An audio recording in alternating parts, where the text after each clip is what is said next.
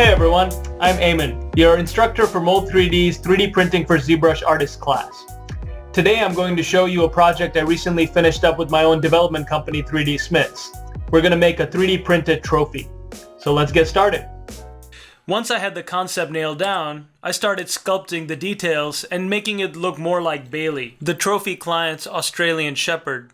We go over some of these techniques for sculpting hair in the 3D Printing for ZBrush Artist class, but it's a lot of clay buildup, rake brush, and then some hair tubes. The client was really happy with this, but they wanted a different variation to look more like an Oscar. So I went to work with my planer brushes, with my H-polish, and pinch, and came up with this really cool faceted look. To prep the model for print, I first dynameshed all the pieces together.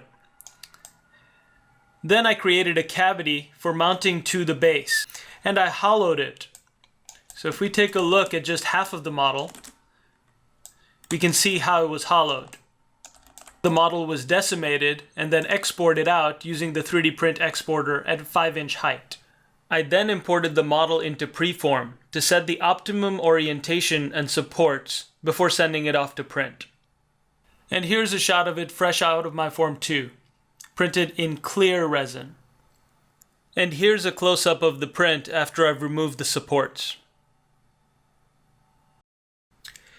My client wanted 7 of these trophies, and 3D printing each or going to a foundry would have been cost prohibitive. So we ended up going the molding casting route. And here's the silicone mold created by my talented mold maker. You can see how it opens up and zips together along the edges. And it has the tab we'd need for mounting onto the base. Liquid resin would be poured into here for all the castings. And here's a close-up of one of those resin casts. You can see the detail is really preserved from print to cast. To make the resin cast look like a metal trophy, we need to do a 2-part paint solution. So first I'm going to use Tamiya Gloss Black and just give it a thorough coating. You want to shake up your paint and give it an even coating from all sides, even the bottom. And there's the finished black. Shiny. Next, we want to go over the same steps, but with the metallic gold. And having the gloss black under really gives it that chromey feel. Here's the final gold finish.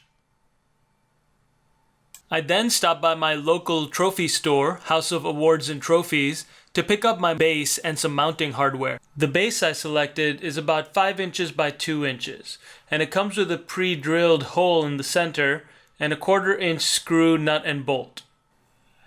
I then mix up some 2-part epoxy and fill up the cavity at the bottom of the sculpt. Then I shove in a 1/4-inch fastener into there. And then we let it dry. Our last step is to fasten the trophy to the base.